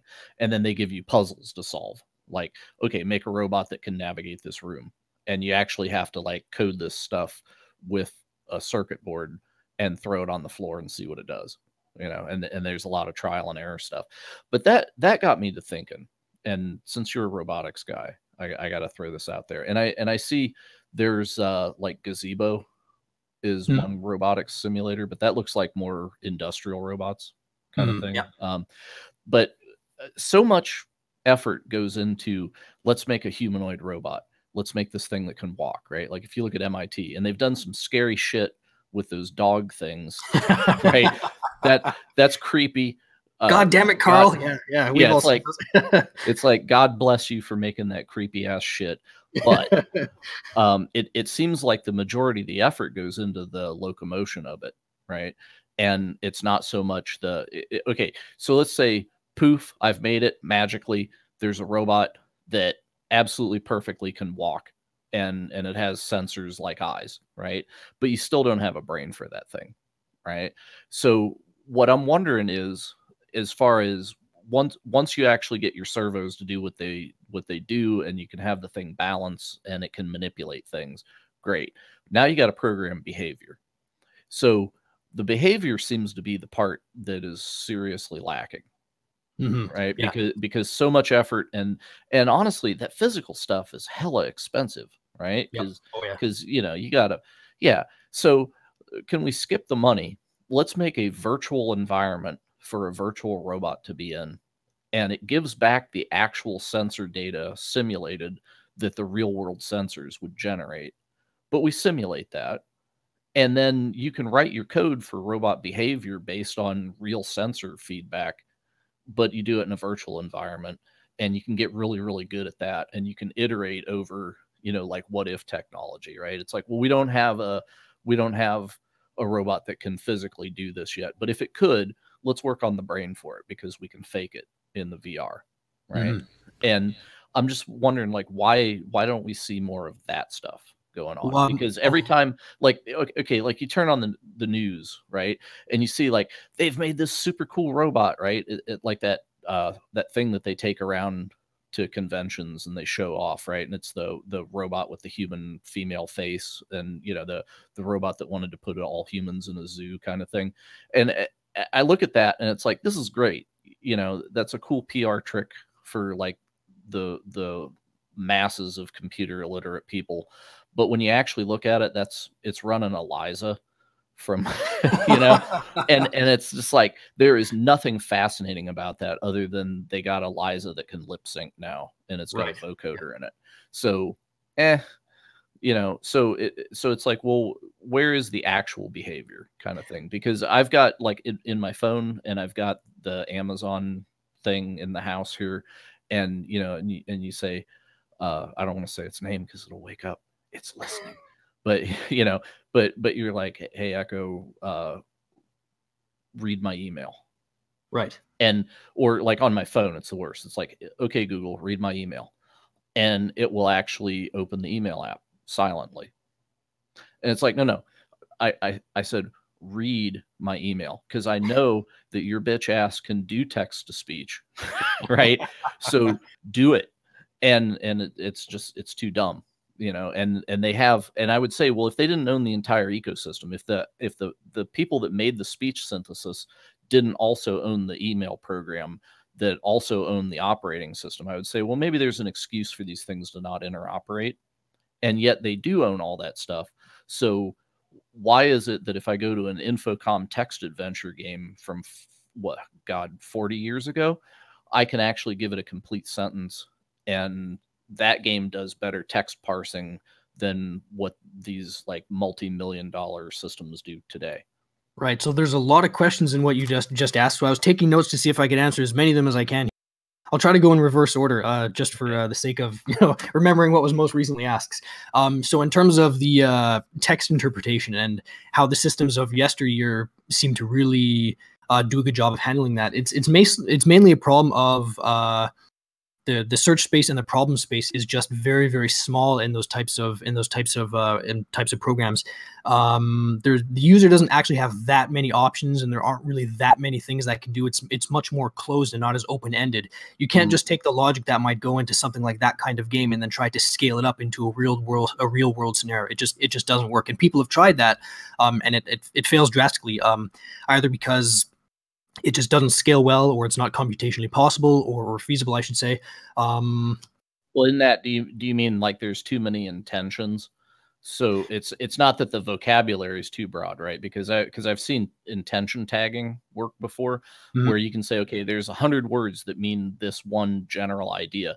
So if we parse this, we're going to tag this to an intention, right? Like, read my email, read my mail, read my messages, right? It could be any, so you have a verb noun. And if you can boil it down to that, right? It's like, okay, the verb is read and the target is what, right? So we figure out what that is. So there's a read and email. Okay, I have an email app, and read means, right? So that kind of thing, right? So it's like, yes, you can't just kind of free form it or whatever, but simple things like that, like functionality that is inherent to the device. If I can't actually invoke intent, like if I can't invoke functionality from the very specific purpose device that's in my hand, it seems goofy. Right. Because, so I agree with you 100%. So it may not be a problem with the system understanding your intentions. It could also be a sensing problem. So another big difference between the two cases that you presented here is that when you're entering text on a keyboard, it doesn't have to do any sort of speech to text. It understands, the vocabulary you've given it. It's very unambiguous in terms of what you've typed, and there might be sensing, or there are sensing difficulties associated with understanding verbal commands and then turning those into text commands that can then be interpreted by the machine. But think about that though, right? Like if you play with the modern text or the modern speech to text, because they send that up to a cloud, right? Like if you run what do they call it? It's Tiny Sphinx, I think, is what you can run like on a Raspberry Pi. And Sphinx actually does speech to text, and it does it pretty well. But if you get it to a cloud instance where you have like a billion samples to the, where it's got machine learning and it's figured it out, they have like a 99% accuracy on that. So if we get the whole conversion out of the way, and let's just say I sit at a keyboard and I type a text command, and let's make it really simple, like it's noun verb. It doesn't even have to think about adjectives or anything. Right, because they can boil it down to that. It's good. I've seen them do it, but the actual connecting that noun verb intention to a behavior fails because nobody. Well, like my iPhone example, right, where you say like Siri, read my email. Well, when I would do that, I'm in the car, right, or it's like, I would like to have behaviors like, tell me the subject of my most recent 10 emails, something like that, right? Where where you could teach the user, because the user can learn much easier than the machine. So you teach the user, like if you just say, summarize my recent email, right? You give it that very specific command string, then the thing could dip in and just pick the first 10 subject lines, read them out, right? It's a thing that in that ecosystem they fail to put that function there, and it's not a thing that I think would be of no convenience to anyone, right? That seems to be a thing that people do a lot, so it's weird, right? But then being able to do that kind of thing, and I guess where that comes from though is like they try to wow me with this ELIZA shit, but they've put that stuff that has been around for 40 years, and it's not any more complex than that, because it really doesn't need to be to make the impression that they're going for, apparently, because everybody's like gaga about that crap. But they put that in a physical body that kind of looks Creepy Valley human, right? And then it's like, wow, look at the robots are here. No, they're not. It's like you want to blow my mind. Show me like a cool new like Mars rover that can get around. There's definitely a disconnect between what the media or consumers would think is impressive versus what scientists would think is impressive. So absolutely. Okay. So the other thing was basically like the virtual environment thing, where we can work on this brain without spending billions of dollars trying to figure out how to get it to walk around on two legs without falling over. Yep, that's always done. So simulations are always going to be used to test those kinds of systems. There's some very complex. I haven't had experience with them, but I've worked with robotic simulations before, and I'm sure that anyone who's working on any type of non-trivial robot is building simulations, whether they're using Gazebo or using some custom tool to simulate robot behaviors. And so the thing is, when you're working in simulation, yes, this is why AI for games can be a lot easier than building robots that do the same thing, because like you mentioned, when you're in simulation or a game, on some levels they are the same, the robot does or can have access to perfect world data. So taking behavior that leverages that fact in simulation and then transferring it to a robot in real life just doesn't work, because there's always going to be a lot of imprecision and inaccuracy and noise in sensing in the real world. Right. And so you can't just take the algorithms that work in simulation and then stick it on a real robot. So you often will build the uncertainty and the noise into your physical models of the simulation and then put that on a real robot, for example. Okay. So I mean, I can see that. It's just like me as a consumer, right? where I would say, okay, I don't want to get into like high-end academia robotics simulation lab thing, but I think it would be kind of neat to screw around with some of this stuff. But they don't seem to have anything. I mean, okay, so there's like Lego Mindstorms kind of stuff that's consumer targeted, but that's like low end, and then there doesn't seem to be like a cool mid range. And if I could have something like that in a simulation where it's like, hey, if I actually went out and built and bought the parts to put this together, this is actually how I would program it, because I'm not going to spend the money buying hardware until I know that I can actually implement functionality with it. And that's what I got to make myself believe. Right. So if that toy was there to play with and just be like, wow, okay, this is cool, because like they have like the R2D2 toys that Sphero made, super cool, but not really programmable. Right. So it's like, okay, you call it a robot, but it's actually a remote control toy because I just hit buttons and it reacts in real time. There's no kind of procedural thing that's going on. But if I had the ability to actually code that bad boy, I would own one right now, because then it's like I can sit at my computer and puzzle out behaviors because I know what kind of sensor input I can get from it, and I could do some cool stuff that it doesn't come out of the box doing. But they don't actually expose that to me because I get a stupid API on my phone that only responds to like 10 buttons. And yeah, so it's kind of like I don't see this mid-range consumer robot toy. And the thing that held great promise for me, and this is actually what launched that entire rant about, God damn it, why can't they make a thing that just reads my email when I frickin' tell it to?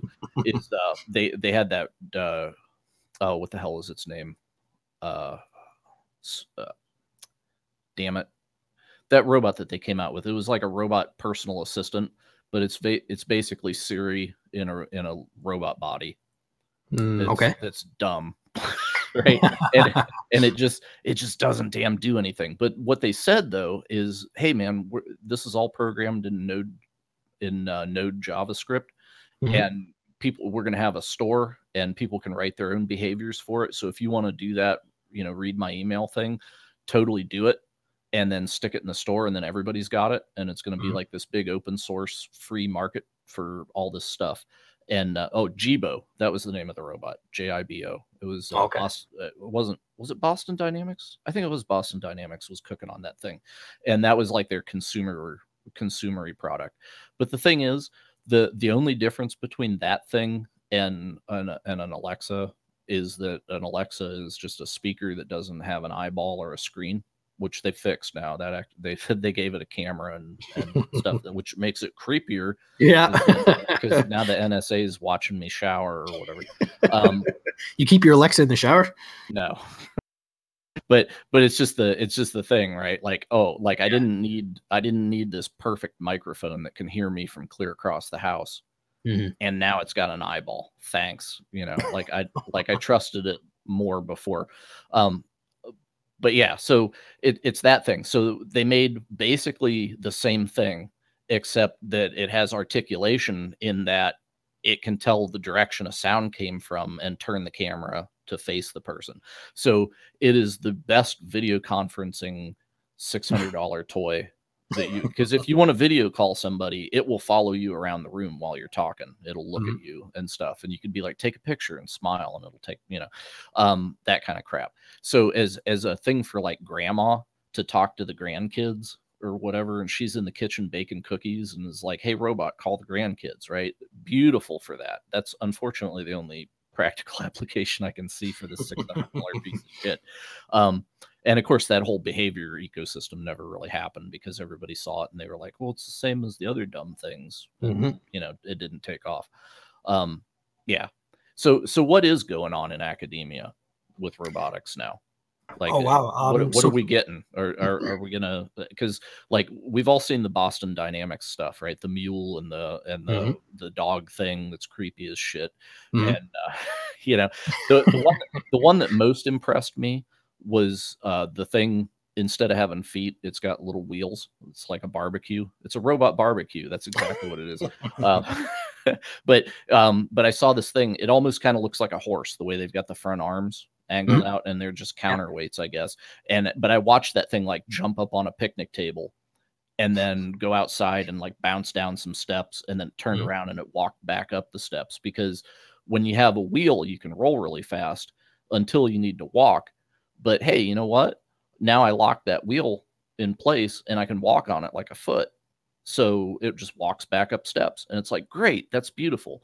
I looked at that and I thought, that is the wheelchair of the future right there. Because if you strap a person to that, they can be standing and you know, like skate around or whatever. And if they need to go up steps, man, that bad boy just walks up the steps.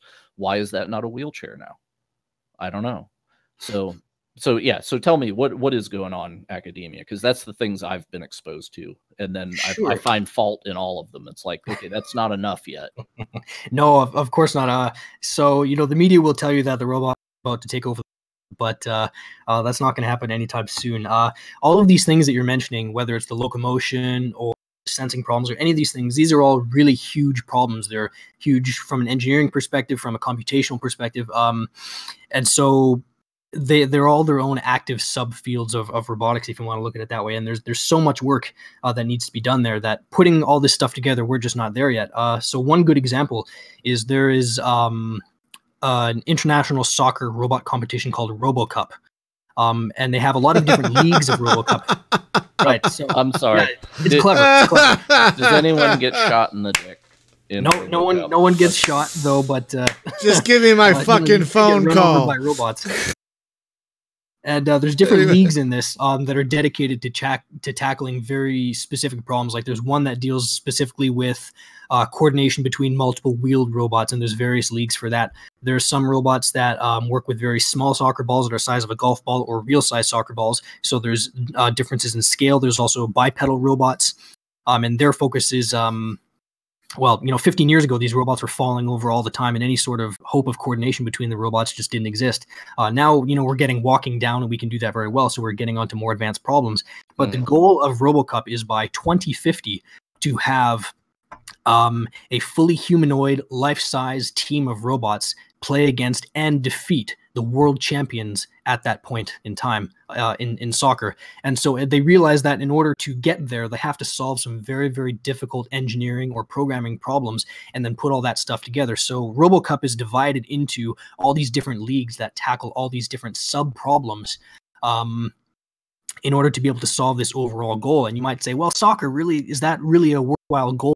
But the way to look at it is, in getting there, if we do reach that goal by 2050, we will have solved a lot of problems, many of which are ones that you've alluded to or mentioned directly in our discussion.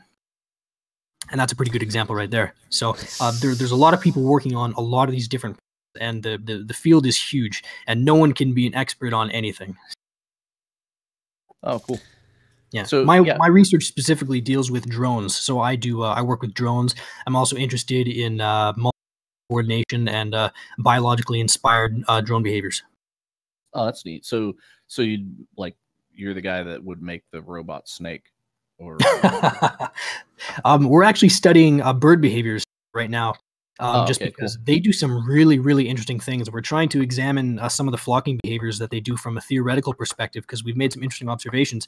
But and we're trying to figure out how we can leverage that for other robotic systems or even non-robotic systems. In fact, a lot of robotics is inspired by biology. And I don't mean like, hey, we've got like the walking Boston Dynamics dog. That's biological. That's not really what I mean. But a lot of the algorithms that computer scientists and roboticists have come up with in order to support various robotics applications are inspired by observations we've made about biology and things we've seen in nature. Well, I've seen like where they'll do the thing where they'll have drones that actually will behave like a school of fish, right? Yeah, absolutely. You give one drone a destination. The other drones are more caring about how far am I from my neighbors. I want to stay with my neighbors. I don't want to hit them, but I want to stay within a certain tolerance range, right? So the whole flock goes together, and you can have a person like walk through it, and it'll kind of part like the Red Sea, right? And then it closes back behind them, and it's like, okay, that's super cool. And I've seen drones where they used them as construction stuff, right? Where they would have like Legos, and then the drones come over and pick parts, and they're aware, like, where did the previous drone put the part? I'm going to, in sequence. And then you can disrupt the sequence, and somehow it figures out like, okay, well, the previous drone failed, so now I'm going to actually assemble what it should have, kind of thing. So it's like these, I guess, flocking or school behaviors that things have. So, I mean, is that the kind of stuff that you're jamming on? Yes, it's definitely related to that. So the drone control and things like that is a super hot topic right now. And people are trying to look at things not just from sort of like a flocking perspective, but they're also trying to build new hardware to make drone flocking or drone flying more efficient, things like that. So there are a lot of different applications, and people are coming up with great ideas all the time. Oh, cool. So I watched some videos where they had, is it quad drones primarily that you're using? Yeah, mostly I've been using quadcopters. Yeah. Oh, okay. So, God, we could have a whole quad discussion. So come back next week and we'll just talk about quads for like 4 hours. So the quad thing, though, I have seen some robot behaviors with quads that blow my mind. Like, hey, we need to get this quad that flies through a ventilation duct, right, to go in there. And then where the quad will actually like fly up to the duct, and then it will basically just does a loop so fast you can't see it, and like flips through, and like they've got them where they can actually land sideways on a wall and stick, and things like that. And it's like it's basically like agility demonstrations, but whenever it's actually AI controlled agility versus human with 2 joysticks that sucks at flying, and it's kind of, and I've been very surprised at just how much consumer quads have gotten intelligent about doing things, like absolutely. Just like the camera drone stuff, right? Like I've got a cheap ass like $50 camera drone that I can pull out, throw up in the air, it'll hover there, and if I walk around the room, it just turns around and watches me. There's actually a lot of hardware that goes into supporting even something that seems like sort of intuitively that seems like a simple thing for the robot or for the quadcopter to do, to sit there stably and then look at you. But I mean, a ton of hardware goes into that. So it's nice to chat with someone who really appreciates how complex that can be. I just looking at that, and I've done some rudimentary electronics stuff, and it's just like, wow, they got a couple of cheap chips from Taiwan to do that. Really? And they're able to put that in a $50 package, consumer level, which means it probably costs them 10. Yeah, it's crazy. That's wild stuff. So that end of things, like if you can make them smarter, just doing things that people, I guess like the hardest part is doing things that are obvious, right? It's like, well, obviously it should do this. That's probably the harder thing than to do something complicated. Yeah, and this is not the first time that people have sort of assumed that the hard AI task would be easy, and sort of vice versa. Like, let me put it to you this way. When people were working on artificial intelligence way back in the day, they assumed like something like chess playing would be hard for a robot because it's difficult for us because we have to put in mental effort into planning our moves, et cetera, and that walking into a room and recognizing people or a table or this is a chair, they assume that would be easy because it comes so naturally to us, when in fact the case is reversed. Chess is very easy for a computer program to do, and object recognition has only recently started to get really, really good. Yeah, well, because chess, you can brute force it. Yeah, sure, that's true. Yeah, but the thing is, it's a very sort of symbolic, logical sort of process, and we hadn't really figured out the algorithms, and we were just exploring the different ways that we can perform, for example, object recognition. That's not my background specifically, but something like chess is very like it's symbol manipulation, on that level, and it's just kind of a different problem. Okay, so check this out. I'm gonna throw this. I'm gonna put it in the green room for you guys, and then I'm gonna put it actually in the chat. It's a video. It's only 20 seconds long. This will make Brian's head explode. Like what we're talking about here, about just the calculation speed of robots to do a simple behavior. Humans cannot compete with this. Have you seen this before? No, I haven't. Let's take a look. Tomato sorting machine, only reds allowed. Whoa, that's fast. Holy, whoa. Yeah, and then they slow it down, and it's like, oh shit. It knows. Doesn't miss. It knows. It hasn't missed once. Oh my god. You know what really blows my mind, though? The most advanced piece of technology in my house is my thermos. It keeps hot stuff hot, and it keeps cold stuff cold, and I have no idea how the hell it knows. Well, let's start wrapping it up. Someone in YouTube, we guys were talking about board games a little while ago. There's a game called Mechs and Minions that apparently is a very cool programming mech action game. Oh, neat. I don't know if you've heard of that one. It's by It's by Riot Games, apparently. So I just wanted to throw that We'll out have to there. check that out. Riot Games, apparently. Oh, cool. We'll have to check that out. Riot Games, apparently. Your sound looping. What is happening? There we go. That was weird. Whatever that was. Oh, I think that might have been me. I wanted to check out the too. That was. I think it was looping. Were you looking at one of the streams or something? Yeah, I think I was. I think I pressed the wrong thing. In any case, I shut it down. No worries. So, final thing. You mentioned you had a blog earlier. Where is that? It's called. I haven't updated in a while since. It's almost in a year. I should really write something that says that Hypergate's out just because I get practically zero traffic there. So I figured, I can wait a little bit before I write my next entry. But it's called Single-Handed Game Dev .wordpress.com. Let me double check that. Singlehandedgamedev.wordpress.com. And I'm looking at it right now, my last entry was February 18th. That was quite a while ago. I was very frequent when I started in about 2014 when I was a year or two into my development of Hypergate. But I should really make a more recent entry because these screenshots are outdated, and I should really provide some sort of update. But I wasn't really getting a lot of traffic here, and I found that Twitter was actually a much better venue for showing progress updates for my game because I can record GIFs and things like that. So I kind of stopped writing here, but I just have some thoughts on game development in general, a couple of technical thoughts, a couple updates, things like that. Couple interesting stories. So yeah. Right. I'll definitely since you like the robotics stuff, if you want to make a shitload of money, there's so much money in making Johnny 5 replicas. You know what? I can't disagree. I can't disagree with that at all. Dude, I'm in a Facebook group. It's a Johnny 5 Builder Club. And I just watch the stuff that these guys make. And what? Like the amount, And there's also a Robot B9 Builder Club if you like the robot from Lost in Space. The building full size reproductions. Who doesn't? Who doesn't? Yeah, but there's clubs for R2D2 too, I think. Yeah, but the one that blows my mind though is the Johnny 5 Club because they're having to fab those tracks. Like that's step one. It's like, can I get tank treads that actually work that look exactly like the ones in the movie? And those are not easy, and you cannot off the shelf them. No. And some of the solutions that people have made, like one guy was 3D printing each link individually. Oh my god. Craziness, man. Oh my god. Anyway, if you want to start fabbing Johnny 5 parts, I know where you can get paid. Oh my god.